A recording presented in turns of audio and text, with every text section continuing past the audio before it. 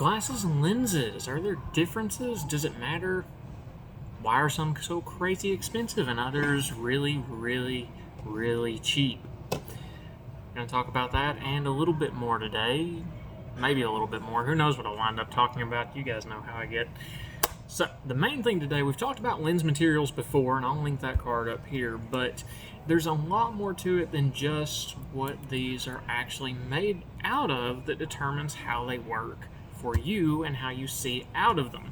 So what that comes down to is there are just basic lenses, and there's really crazy expensive lenses with lots of features and lots of built-in technology. And of course, you've got everything from just the single vision, one prescription across the entire surface of the lens, to single vision lenses that vary the prescription across the entire surface of the lens.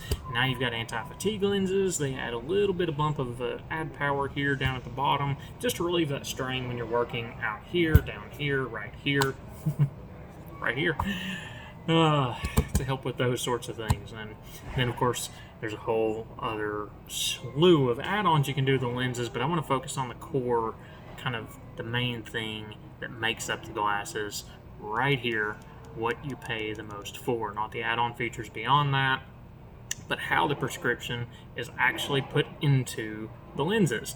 Now, the short, sweet version of what creates that is there's one curve across the front of the lens, there's another curve across the back of the lens. The difference between those curves is what creates the prescription that you see out of in the glasses and how the world looks out there. Now, just basic lenses will be either spherical or aspheric. Spherical, of course, is just the same prescription across the entire surface of the lens. Aspheric is going to change variably across that surface. And then there is freeform surfacing, which uses aspheric or atoric. I can't remember. Can you believe that? I can't remember something. I'll have to look that up.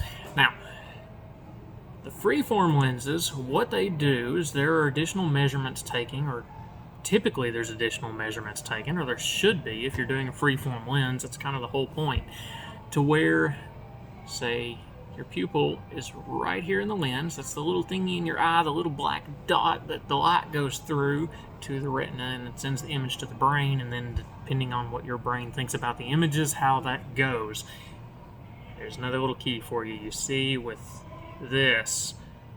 Now, this is the camera, but this is what you see with. Anyways, I don't want to bore you on that topic.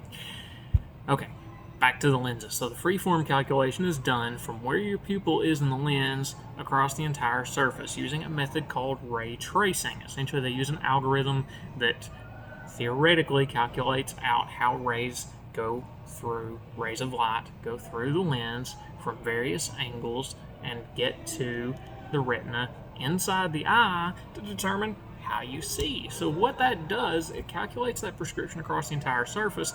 That gives you a wider, sharper field of view, but also increases contrast a little bit because they know how the light rays are coming through the lens and getting into the eye. Now you add freeform on top of a superior lens material like you get with glass, 160, even some CR39. There's actually better CR39, even though that is the base plastic. But what it amounts to, all the different lens materials, all the different features of the lens are taken into effect and calculated across this little square here. In my case, yours might be round or trapezoid, cat, butterfly, whatever shape your glasses are. That prescription is calculated across the surface of the lens to get you the optimum field of view at any point throughout that lens. And of course, there's different algorithms for calculating that. So there's different companies. They all have their own version of what that algorithm is and what it should be. Some people just see better out of different companies' calculations. It's just how it works. There's no one superior end-all be-all brand. There's some names I want to say right now that I'm not going to. Keep that in mind next time you're looking at lens technology. Yeah. So, the short version of that, everybody has a little bit different calculation. There's some changes across there, and here's what's really tricky. There are some algorithms that work better for some prescriptions than others. It's just one of the things I've found over the years. Some companies' algorithm works better for minuses. Some companies' algorithms work better for plus. There's no one I have found to be superior in all instances. Now, there are some that come darn close. And that's just the way it is. The more studies you do, the more information you have access to, the more you can work with different prescriptions in one algorithm. Some vary the algorithm depending on the prescription. That's even more fun, and that is becoming more and more common as time goes along. In fact, there's one manufacturer out there working on something called machine learning, where they'll send you a survey after you get your lenses, and they adjust it based on the feedback of that survey over time. Now that, I believe, is coming out next year sometime. That's not currently available. It'll be really cool to see how that works over the years.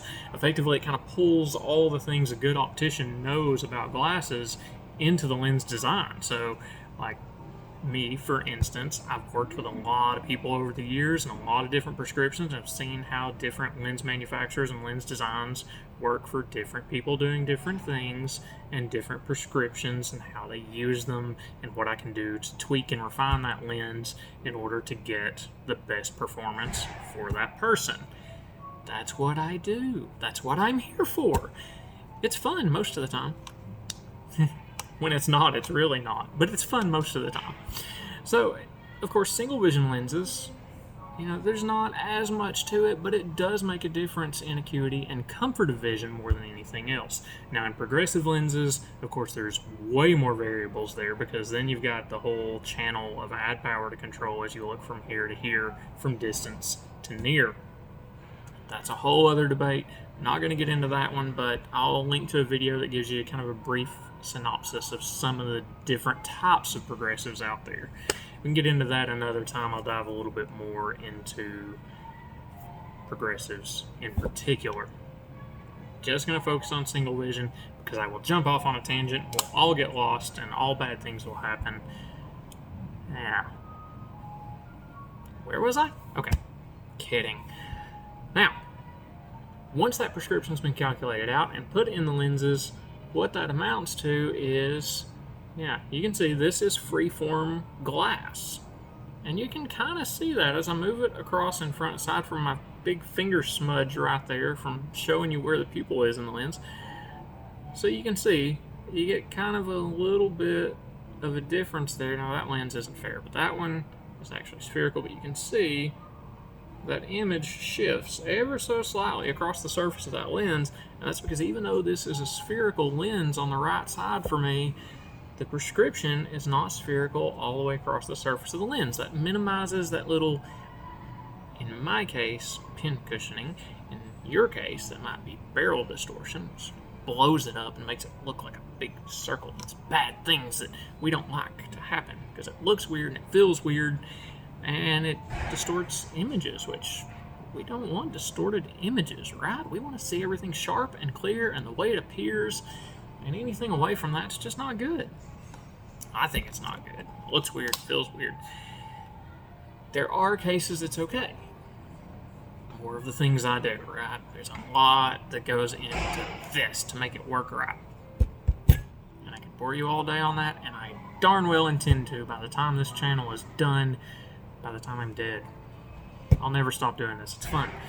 So, if you have any questions about how a freeform surface changes how things look, I'm happy to answer those. You can comment down below, or let me know your feedback. If you've tried different types of lenses over the year and felt like one worked better than the other or one didn't, I'll try my best to explain why that might have been the case. If that was the case for you, let me know. I'm always curious about these things and what you think caused it. I know what caused it.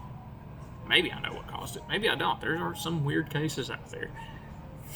Those are always fun. I've had strange things before where you've got retinal scarring or macular degeneration or something going on to where you can't look straight ahead out of the lens and see, and you have to look off to the side and gaze in order to actually be able to see straight ahead. Tricky circumstance, because remember what I said about that ray calculation. It's based on where the pupil is centered in the lens looking straight ahead. Now if you are looking like this out of the side, guess what doesn't work anymore? Chew on that one for a while. Outside of that, let me know your comments and feedback on this video in particular. Definitely leave some feedback below so we can keep proceeding with these fun channels and different conversations about lens design and technology and frame design and technology and all sorts of crazy fun stuff. And if you like this video, of course, certainly like and subscribe, ring the bell so you stay up to date on the latest and the newest videos in the series. And let me know what you'd like to see next time, and I will see you next time. If I don't get a video up Thursday, I apologize. It's Thanksgiving. But happy Thanksgiving to you, even though there's a Christmas tree back there. See you guys next time.